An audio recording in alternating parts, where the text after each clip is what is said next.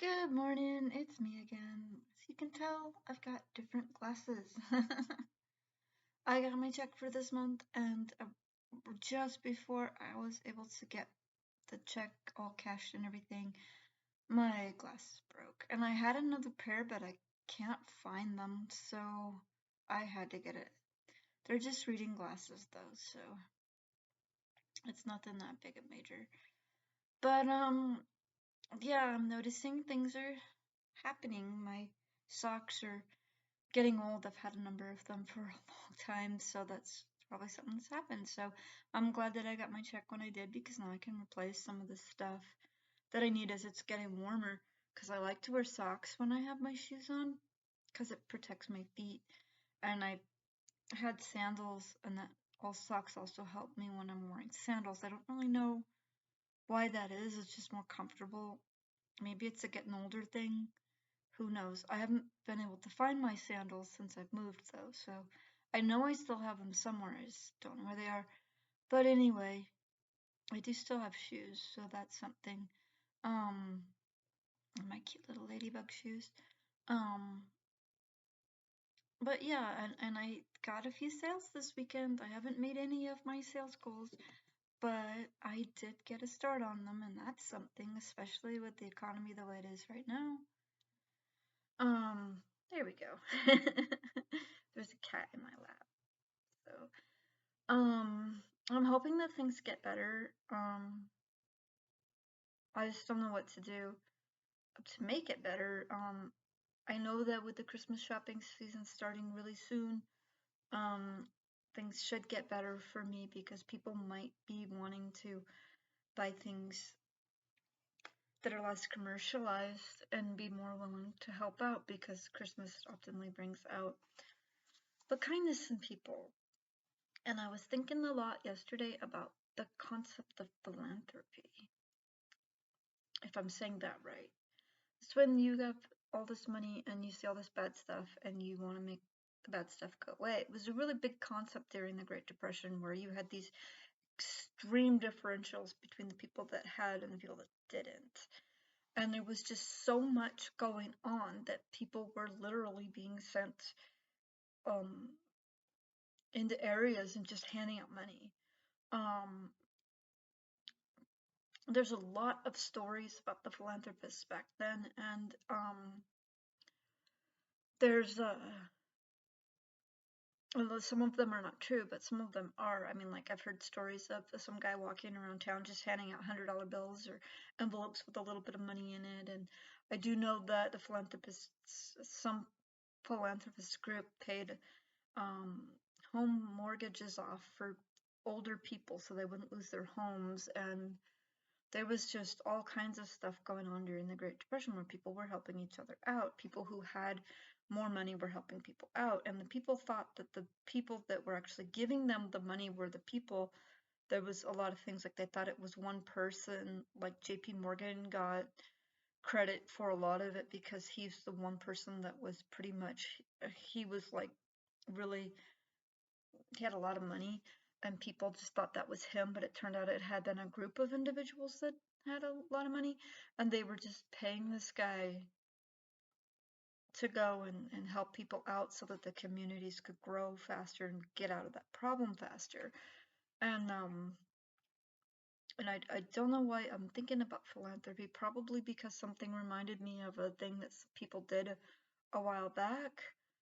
I don't remember how long ago it was, but I think it was just around the time that the pandemic started, where I think it was Snoop Dogg had done something, and then somebody else did a post that was supposed to be like, if you solve this puzzle, he'll give you money, and that wasn't true, and there was a lot of trouble because people didn't realize they were getting scammed. The puzzle was actually pretty easy to figure out.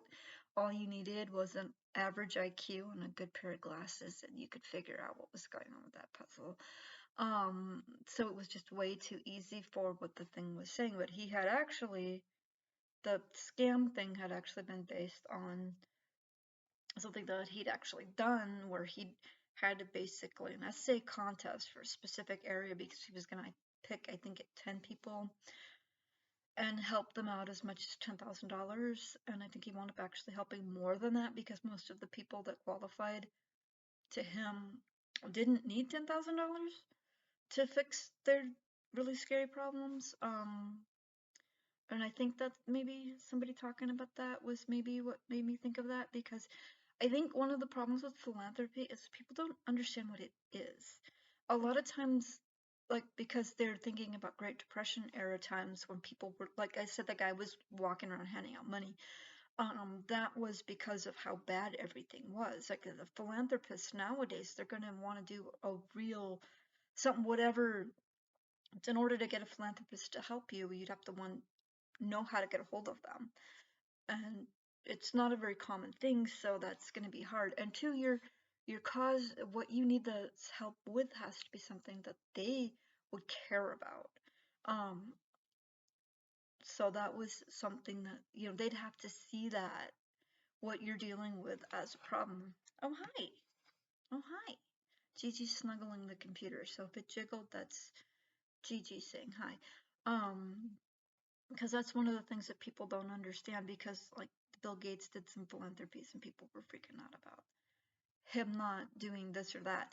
And I could probably name people off for like an hour that did do some philanthropy type stuff, but and then one person got it, another person didn't, like, because the people didn't understand that your cause has to be something that the philanthropist person who owns the money would care enough about to be willing to give it to you. Because my son and I were talking about how, yeah, it'd be great if some philanthropist person came by and gave me like enough money, $5,000, I think is what I need to get rid of my debts, or at least the credit cards. That'd be great if somebody would pay that off. But I don't know. 5,000 is probably a little more than I need anyway. But I do need a bed, and I do need some kind of a system and a little more furniture to make this room more comfortable, to make it less crazy. Um, but yeah, I don't see somebody being able to pick me over somebody who's got 6 or 8 kids who's about to lose their house because dad's not in the picture, and they're already working 2 jobs and can't find a babysitter and all this stuff. So that person's probably going to be more likely to get help than me, because I'm just this person who's got some credit card debts. um, and I don't really know why philanthropy's in my mind. Maybe because I'm thinking about doing some if I get money. I mean, this did have to monetize, which means I need to get a lot more subscribers. And I've got one. I'm happy with my one. My son-in-law says that it took him almost a year to get a subscriber that wasn't one of his friends. Now, I don't know who my subscriber is, and I don't expect that person to have a lot of money, because of what I'm wanting to do here is to get a community together that's pro disability, I guess, so that we can help each other figure out the different issues that we have with our varying disabilities, and the way that people often treat us because of our disabilities. I don't really know how to put that. Because like, for me, one of the issues I'm having is that I have a lot of metabolic issues, on top of autoimmune disorder and fibromyalgia and brain damage, and the list could just keep going. And even though I think that a lot of this is symptoms of something, possibly even the metabolic disorder, the doctors don't always listen. They just want to quick fix it, and you can't with something this complicated. And like, I can give people advice as to when actually go to the doctor if you have similar health issues, and ways to change your life so that you just all over feel better and maybe can function a little better. Um, because that's what I know. I've been dealing with this since I was a child, since before they even knew what this was. And so I've been doing this a long time, and I'm actually staying pretty healthy. The diet and exercise is working a lot better than the medications ever did. I'm still in pain, and I will still have like a glass of wine or something to help out with that sometimes, but I'm not drinking constantly. I'm not taking medication all the time. Um, and I'm not doing marijuana because I am allergic to it, and from what my doctor has told me, that I'm not supposed to be ingesting it on at all. I'm not supposed to be putting it on my body. They don't even want me to use hemp products because they're not exactly sure what it is in the marijuana that I'm allergic to. So they don't want to have me have a like put on a shirt to get ready for work and have a life-threatening reaction, and nobody knows that I'm like laying down here in the basement or something. You know, that kind of scenario. They just don't want that kind of thing going on because of how severe my allergy is.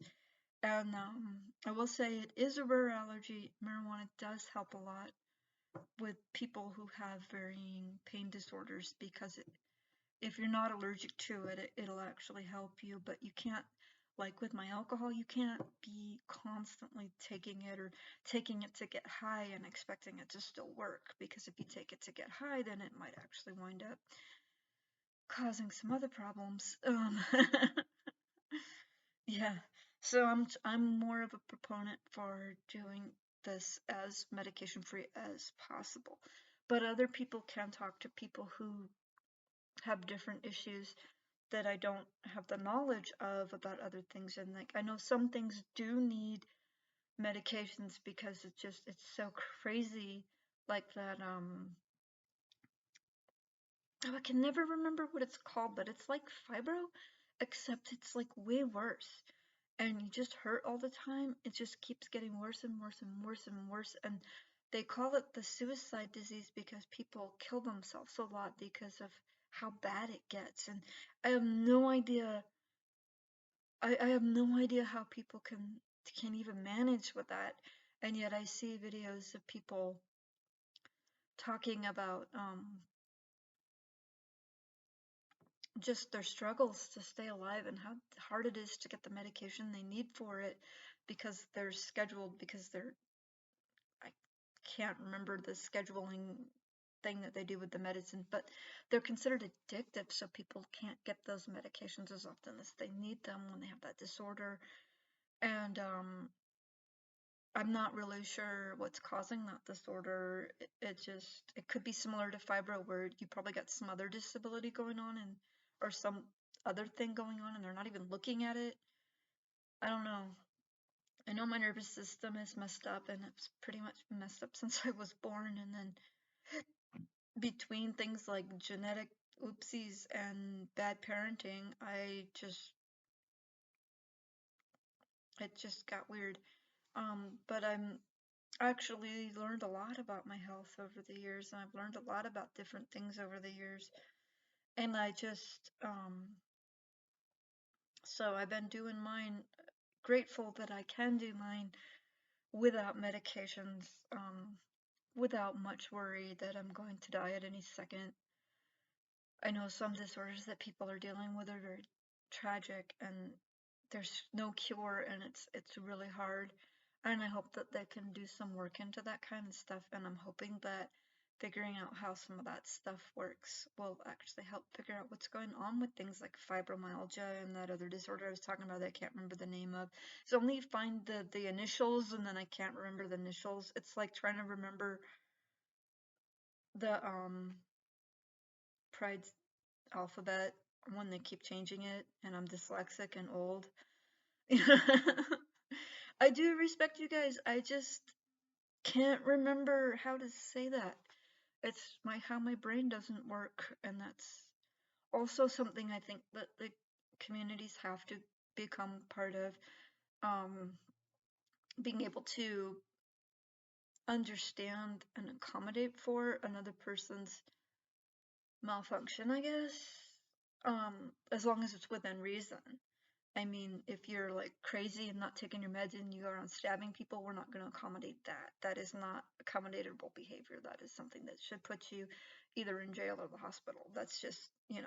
But like not being able to remember things because you're old and you've got brain damage is something that should be accommodatable.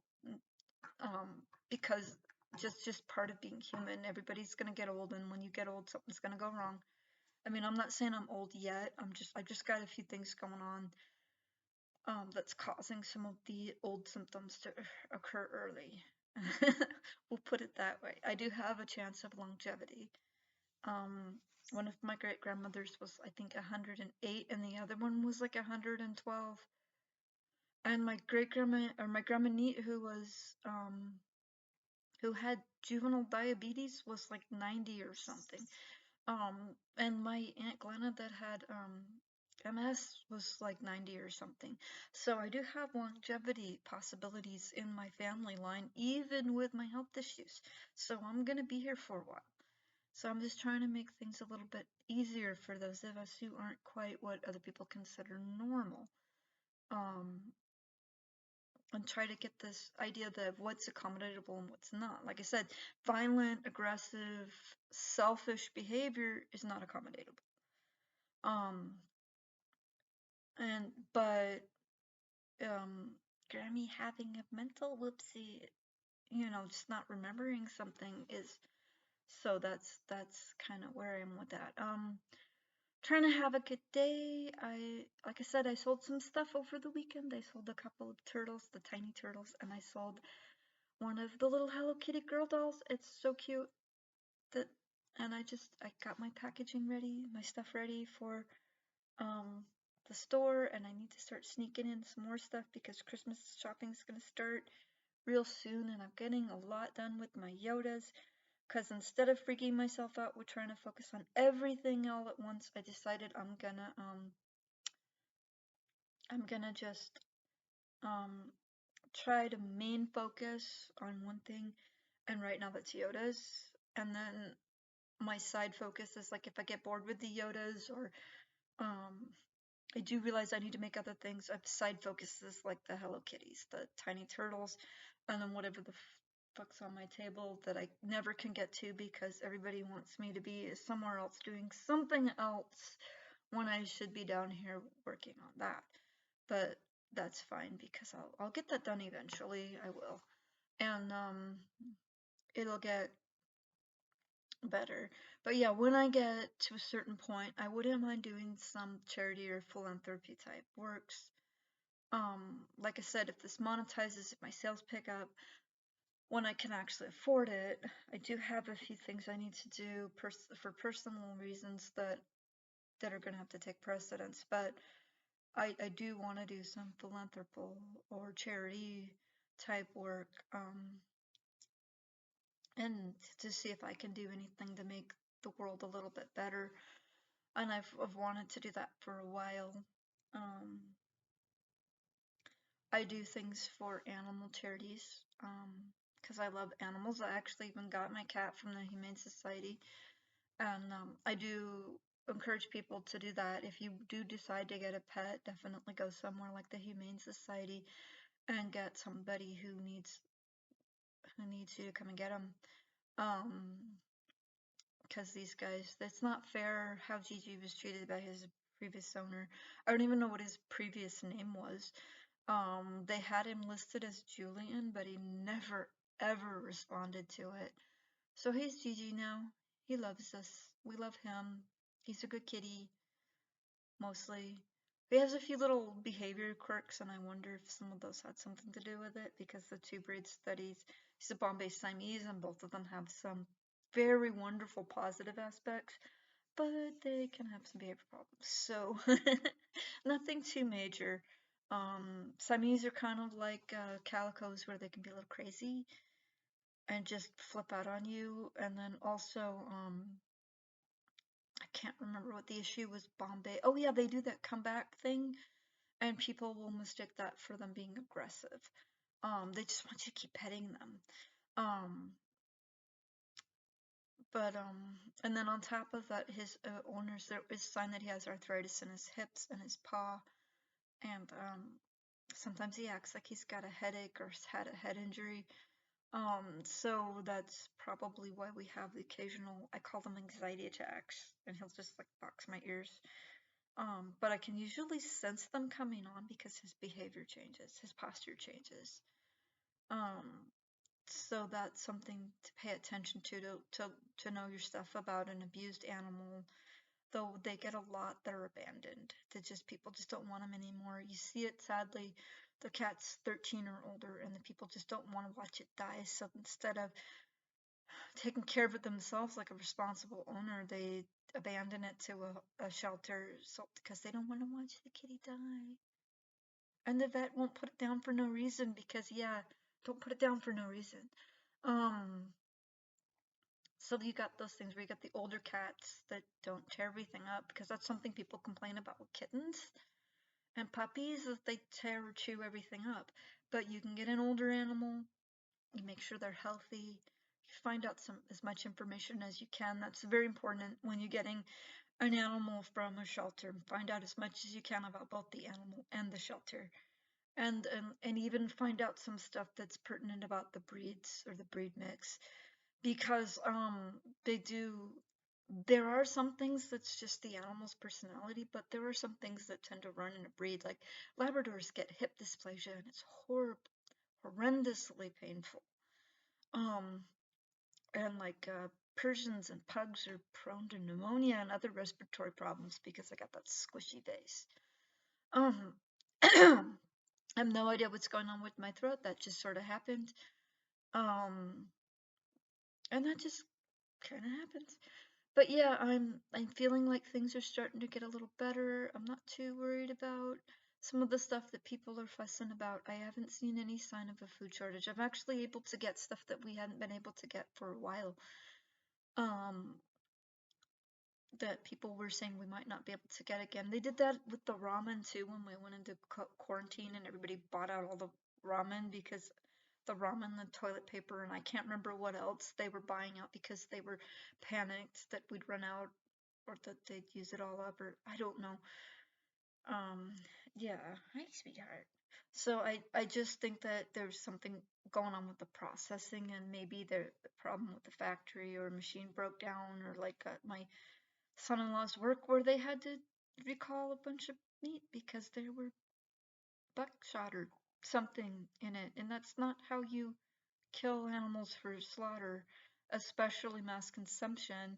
Um, so they kind of had to like do a little bit of an investigation. So there's just weird stuff been happening with the food supply, and I don't know that a lot of it seems like it's just um, people weren't paying that much attention to something, um, or like mistakes were made.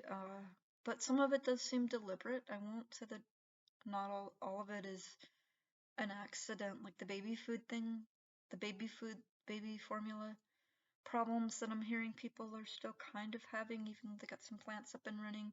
That sounded like it could have been deliberate, even a terrorist group, but I don't have enough of the information because they're only giving out so much. Probably, if it does turn out to be something like that, then once they get it all figured out and arrest a bunch of people, that's when you're gonna hear about it.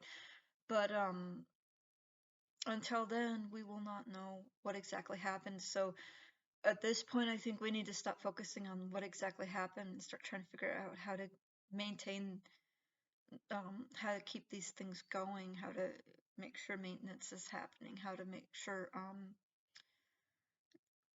when somebody notices something might be wrong that they're fixing it, because that's probably what happened to the chicken coop that burnt down. It sounds like it was an electrical fire, not a torching, as people are saying on Facebook.